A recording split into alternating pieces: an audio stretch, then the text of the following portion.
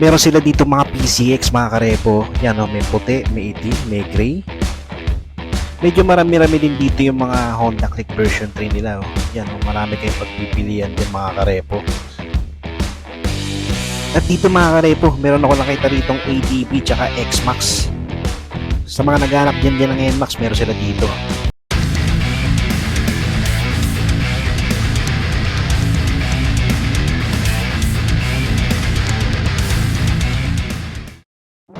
What is up mga karepo?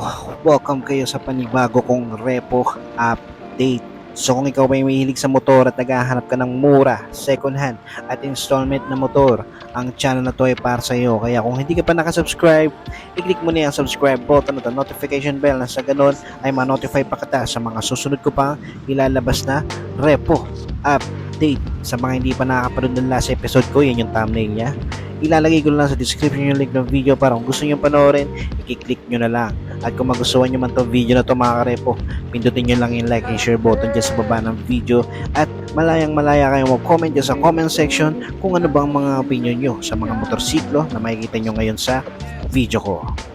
Alright mga karepo, so yan. So sa biyahe ko na to, hindi talaga ako mag-vlog talaga, no. So nag-video lang ako, pauwi na ako niyan. At yan, kung mapapansin nyo, no, mababa yung kuha ng camera ko. Kasi nga nilagay ko lang yung camera ko mismo sa bag ko. That time mga karepo, galing talaga ako sa vlog. Galing ako sa may Valenzuela. Nag-vlog ako dun sa Bikes for Less. So yan, sa mga hindi pa nakakapanood ng vlog ko sa Bike for Less, hanapin nyo lang dyan sa channel ko.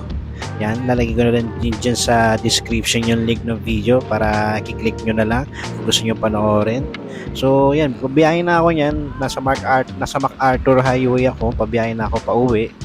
At bago kasi ako pumunta dun sa Bikes for Less, ay may nadaanan akong Sumisho.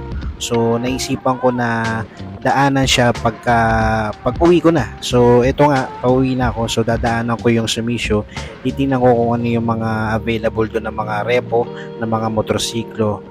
At wala akong idea kung pwede bang mag-video doon. At ang alam ko kasi is bawal mag-video pagdating sa Sumisho. So tinignan ko lang, saglit lang. Hindi na ako masyado nagtagal doon dahil hindi naman ako nagpaalam para mag-video doon. So ipapakita ko lang sa inyo kung ano yung mga nakita kong motorsiklo doon. Alright, so papunta yan sa Malabon. So yung branch na pupuntahan kong Sumisho is Sumisho, Malabon. So yan, papakita ko na lang sa inyo mga karepo. At kung sakali mga karepo meron kayong nagustuhan dun sa ipapakita ko, ilalagay ko dyan sa screen yung requirements nila. So nagtanong kasi ako sa guard kung ano bang mga requirements dun kapag mag-a-apply ng installment. So yan, ilalagay ko na lang dyan sa screen mga karepo. So yan mga karepo, medyo malapit-lapit na ako dyan. Yung kalsada na binabaybay ko is MacArthur Highway. At kung manggagaling kayo sa Valenzuela mga karepo, meron kayong tatawiran dyan na tulay. Ayan o, yung tulay na yan, tawid ilog. So after nyo dyan, pagbaba nyo ng tulay, malapit na yan doon mismo sa Sumisho, Malabon. So konting lakad na lang or konting abante na lang. Ayan, malapit na kayo. So ayan, tandaan nyo yung Shell gasoline station. Babaybayin nyo lang yan, malapit na yan mga karepo.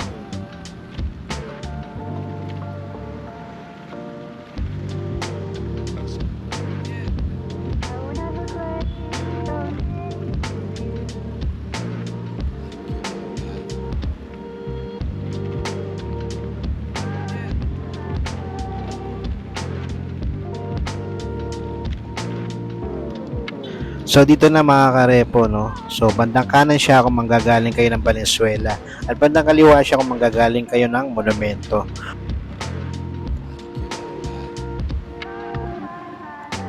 Alright mga karepo, pagdating nyo dito sa Sumisho Malabon branch, ayan, ito yung bubungad sa inyo. Ayan o, open na open sila dito. Makikita nyo na agad yung mga motorsiklo na available dito. At meron diyang guard na pwede kayo magtanong kung sakaling may mga katanungan kayo about sa mga motorsiklo na nandito. Dito sa loob mga karepo, yan, makikita nyo yung mga motorsiklo nilang mga available dito. Yan, no? May mga pang-tricycle sila katulad ng TMX, YTX, meron silang available dito. At dito, marami rin silang mga PCX dito mga karepo. Yan, no? May kulay black, kulay gray, tsaka kulay white. sa mga naghahanap dyan ng PCX. Ito, meron kayong pagpipilian dito. Wala nga lang mga presyo yung mga motorsiklo nila dito. Meron lang mga ilang may presyo pero hindi ko na siya chinek. So, kayo na lang bahala pumunta dito kung sakaling gusto nyo tumingin ng mga motorsiklo dito. At dito naman banda mga repo, marami rin silang mga Honda Click dyan, version 2, version 3. At kung sakaling naghahanap kayo ng Honda Click, ayan, meron din kayo pagpipilian dito. Meron din silang mga Bergman, tapos merong Sniper, meron din silang Raider. Tapos dito meron ako nakitang X-Max tsaka Honda ADB na 160. Meron din silang Airblade tsaka Mio Soul Eye. Tapos dito naman meron silang NMAX na ABS. Yan o yung Prestige Silver. Meron silang available dito tsaka tong kulay itim. Tapos dito banda sa bandang gilid meron silang Sniper tsaka Mio Eye. Tapos Mio Gear. Ayan. So hindi ganun karamihan yung mga naabutan kong mga motorsiklo dito mga karepo. Alright, so siguro pagpunta nyo rito, marami ng mga motorsiklo dito.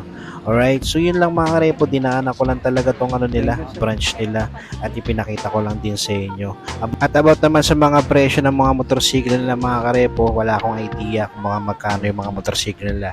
Kayo na lang bahalang bumisita dito sa branch nila dito sa Sumicio, Malabon. Alright mga karepo, no? So that's it for today. Maraming salamat sa umabot sa punto na to. At sa mga hindi pa nakasubscribe dyan sa channel ko, pindutin nyo lang yung subscribe button at notification bell na sa ganon ay ma-notify pa kita sa mga susunod ko pang ilalabas na repo update. So hanggang dito lang mga karepo.